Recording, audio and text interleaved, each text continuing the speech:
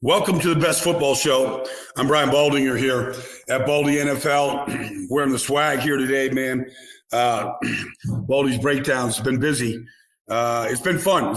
It always is. Free agency is always fun. By the way, you can find me at Baldy NFL across all the media, NFL Network, on all your Odyssey channels around the country. And you can download this Odyssey app for free and subscribe to it, follow it.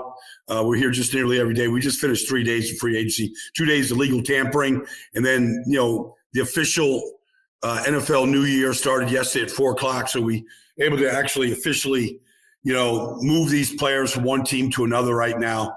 But honestly, there was a late signing last night that really caught my eye because Mac Jones, whatever you think of Mac Jones, he has not been good since his rookie year in New England, but whatever you think of him, he's now a San Francisco 49er. And really, I want to talk about both Mac Jones and with the 49ers. I remember Mac Jones coming out of Alabama. I remember his pro day. I remember a lot of his handlers, people that work with him, live in Philadelphia. And I saw a bunch of these guys coming from his pro day. And every single guy told me that he's going to San Francisco. That's the year they drafted Trey Lance with the 3rd pick.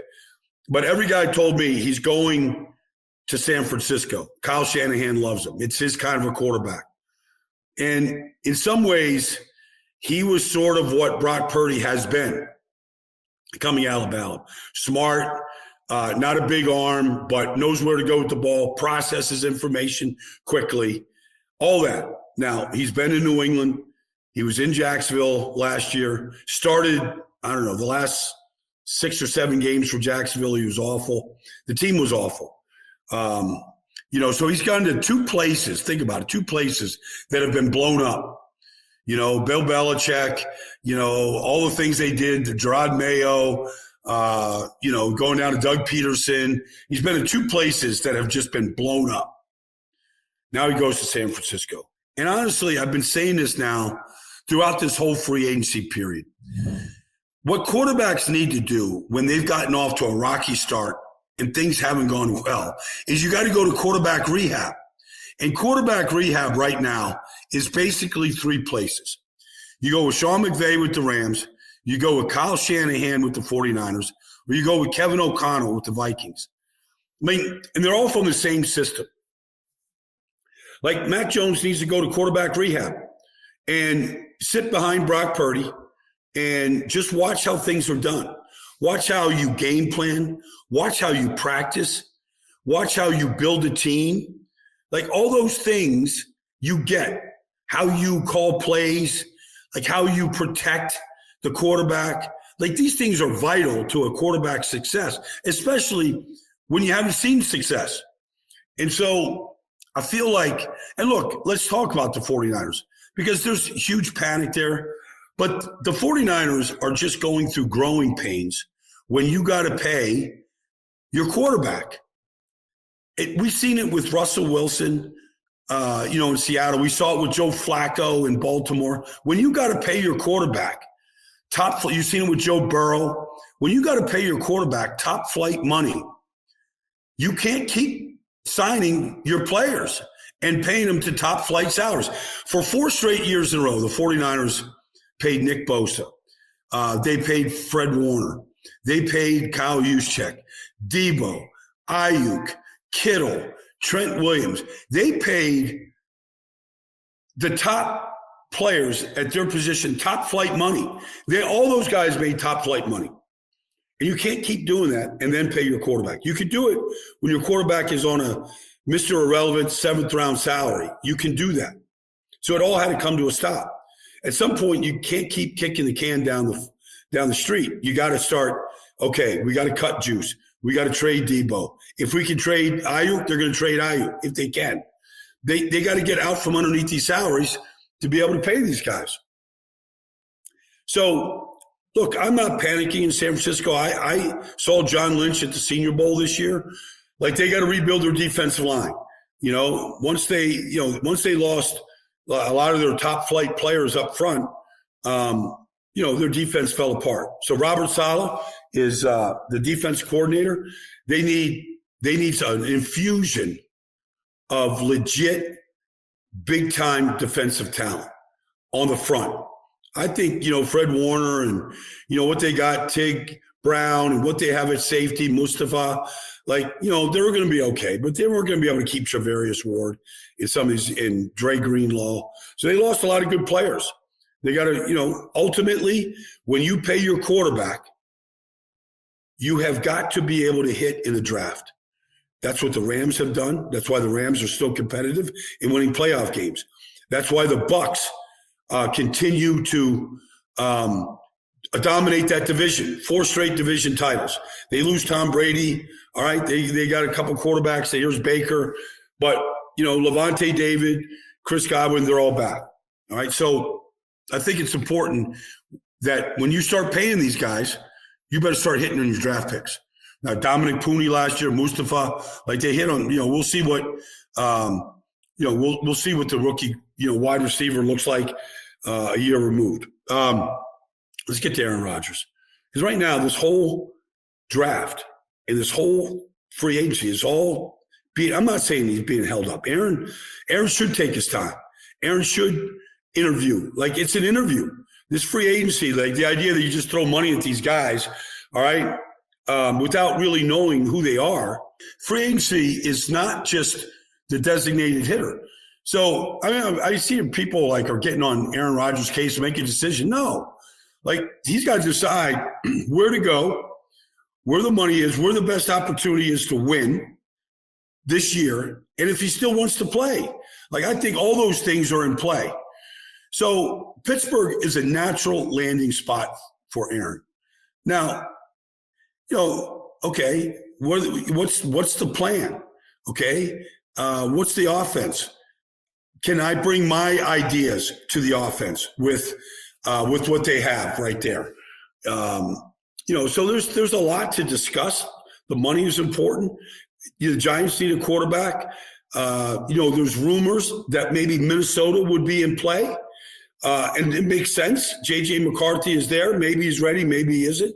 Coming off what seems to be a more major injury than just a normal meniscus tear in his knee.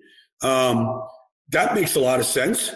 They're ready. They've got a team built right now to win big. They just added incredible ingredients. All right, offensive linemen. They've upgraded that position. The defensive tackle, cornerback. They've got a defense. They've got legit big-time stars. Could Minnesota, and they've got a general manager in Kwesi Adolfo-Mensah who is super smart. So that's a long ways away from being done. And so then that impacts the draft. I'm going to be at Cam Ward's Pro Day, March 24th. I'm going to be at Shador's Pro Day in Colorado, April 4th. I'm anxious to watch both those guys throw and to talk to both those guys. It's going to be a lot of fun, but that's holding up maybe what Cleveland does after they traded for Kenny Pickett. Can they get into the Kirk Cousins sweepstakes if there's such a thing? All this stuff is sort of Aaron's the big pin right here in this whole thing. Does Jackson, does it affect? I think it's going to affect the draft and who they draft. The Giants are sitting there at the 3rd pick. If they get Aaron, they're out of the quarterback, market in this draft. They go get Travis Hunter with the 3rd pick or whatever. So I feel like Aaron, and I'm not down on Aaron. I've said this forever. All NFL players should play as long as they can and then 2 more years.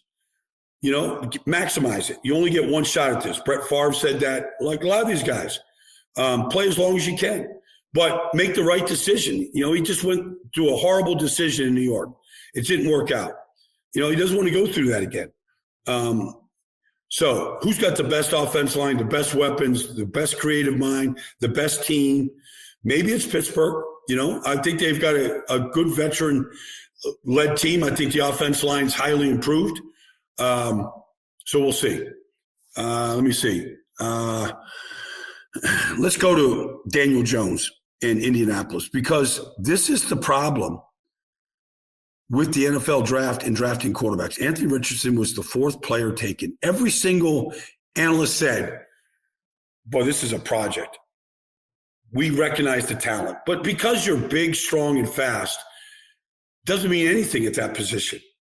Joe Montana wasn't any of those things, and he maybe is the greatest of all time. Quarterback has nothing to do with how fast you are or how big your arm is or how sturdy you are. Like, the guy is as big and strong as anybody's ever played a position. He's had major injuries 2 years in a row. So here's Daniel Jones, straight out of quarterback rehab, all right, where things didn't work out for New York, with real flaws. Like, he's got a flawed player. He does not see the field well. He does not process information quickly. But he's a good athlete, and he's a smart guy. But he's had major injuries, and he's got major flaws. But he went to Minnesota, and he saw Kevin O'Connell with Sam Darnold. And he had 6 weeks there where he really got to see how things are done. So now he goes to Indianapolis. I don't think Daniel Jones should have left Minnesota. I think he should have stayed there for a whole and just stayed. He goes to Indianapolis, and here he is. Like, Shane Steichen's now you're 2 years into this. And now, as a head coach, now you're going into your third year, all right? And you go, all right, now you got to start winning games, all right? Because everybody's looking up at Houston, and Indianapolis isn't Houston right now. So, but Shane Steichen's got to start winning. And really, Indianapolis has to start winning. Chris Ballard has been there a long time. They have not replaced Andrew Luck yet. They haven't done it. And so so now Daniel Jones goes in there, and I have a feeling Daniel Jones is going to win the job, even though he's a flawed player. And maybe he can get, with a good offense line, a good coach, maybe he can make the right reads, make the right decisions, because he wasn't good last year in New York. And then finally, let's just congratulate the Tampa Bay Buccaneers, because they're just doing everything the right way right now. They just re-signed Chris Godwin, coming off a major knee injury. They just re-signed Levante David, who's just been one of the great will linebackers of all time. Like, the guy's got Hall of Fame numbers. You look at his sacks, takeaways, tackles. The guy's been unbelievable. And Jason Light is up there with Howie Roseman and some of the great general managers now. They've won Division 4 years in a row. They've won a Super Bowl. They've replaced Tom Brady. They found Baker Mayfield. They rebuilt their offensive line last year, drafting, a great player in Graham Barton, finding Ben Bredeson, drafting Cody Mock. The draft last year with Jalen McMillan and all the guys, Bucky Irving, it was fantastic. They draft well. Todd Bowles has coached security for the first time in his whole career. They've replaced 3 coordinators in a row. Canales, Cohen. Now here comes, Josh Grizzard. It's unbelievable what they're doing. Hats off to them. They're the favorites to win this division again this year. I don't think it's close with Atlanta or Carolina or New Orleans. I think they're going to win their 5th straight division. They won playoff games. They won a Super Bowl. But they're doing things the right way. They reward their players. Mike Evans, they've rewarded. Levante, they're going to go in the draft and they'll find a big corner. They'll find another pass rusher. And look, they just signed Hassan Reddick, coming off 2 years ago, a 19.5 sack season. We all know he was a holdout in New York last year. It was a disaster. Hassan Reddick can still play. He can still flat out play. You put him with Yaya Diaby and Kalijah Kancey and, Vita Vea. All right. They moved on from Devin White, when they realized he couldn't cover. Here comes KJ Britt. Antoine Winfield, they rewarded last year. They do everything the right way. And so congratulations, because they sprinkle in free agency. That was a sneaky good signing with Hassan Reddick. Sneaky good. He's still a young player. He grew up, I'm in New Jersey right now. He grew up 10 miles away from me. His dad is here. He's got football left in the tank. All right. That's been the best football show. I don't know. Maybe we get quarterback news tomorrow. Maybe something else happens. If it does, I'll be here. Otherwise, I'll see you next week. Thanks for joining me, everybody. This has been the best football show. Happy to talk to you. Happy to talk football. Getting ready for the pro days. Like I said, I'll be at Cam Ward, the University of Miami. A lot of players down there. Elijah Aroro at tight end. Looks like a great route runner to me. A lot of stuff to talk about coming up. Maybe tomorrow, but certainly next week. Look forward to talking to everybody.